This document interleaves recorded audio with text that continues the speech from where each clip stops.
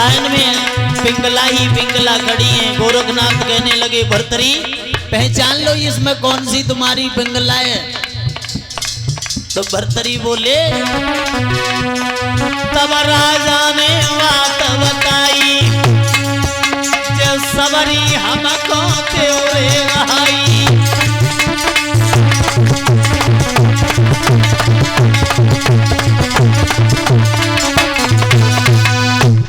भर्तरी कहने लगे महाराज ये सब ही हमें दे दो। गोरखनाथ कहने लगे बहुत बड़े बेईमान हो।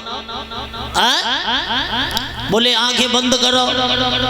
फिर कहा आंखें खोलो तो सिर्फ एक ही पिंगला उस जगह पर रह गई।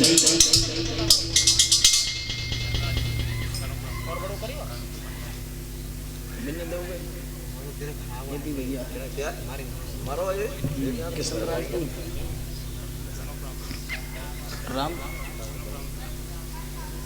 एक बार सुनो जहाँ कोई कॉपी वगैरह हुई हम नोट करवा देंगे। लोग कर रहे हैं टाइम बोल रहे हैं।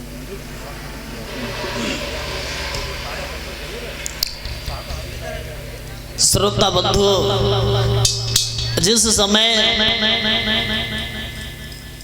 पिंगला जीवित हो जाती है यही पिंगला जो एक दिन अपने पति की झूठी बात पर मर गई।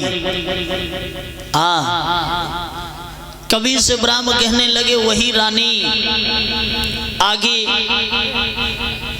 अपने पति महाराज भर्तरी को किस तरीका से धोखा दे गई। जो पत्नी एक दिन अपने पति की झूठी बात पर मर गई और आगे अपने पति को धोखा दे दिया। और सागर यदि मेरी आवाज सुन रहे हो तो अतिशीघ्र चले आए। सागर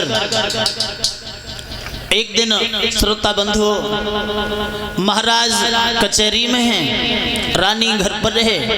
एक अकस्मात नौकर आ गया, कहने लगा महाराज मुझे अपने यहाँ नौकरी पर रख लीजिए। बोले काम क्या करोगे? बोले आप बताएं।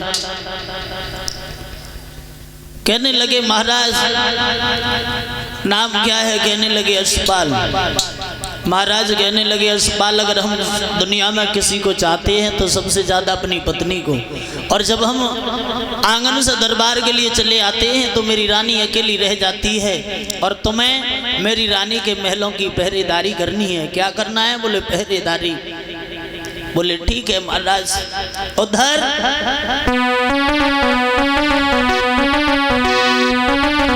महाराज दरबार में है, रानी पिंगला अटारी पर खड़ी है और वो यशपाल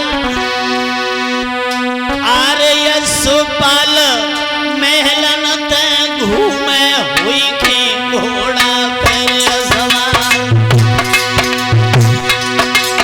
आरे एक नौकर है रे राजा को तुझे रूप दो तो करता।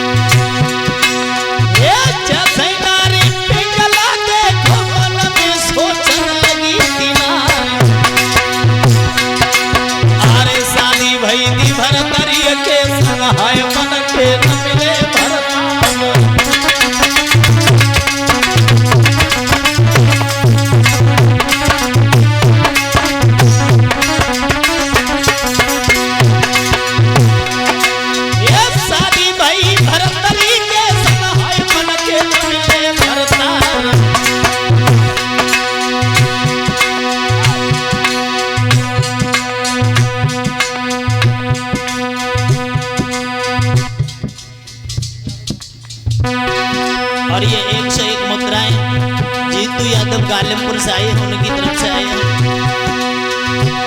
और वो पिंगला बोली है ऐसे पति जो हमको मिल जाता हम ठाड़ी करें बिया। अब शादी भैया भरतरी के संग है मन के मिले भरता।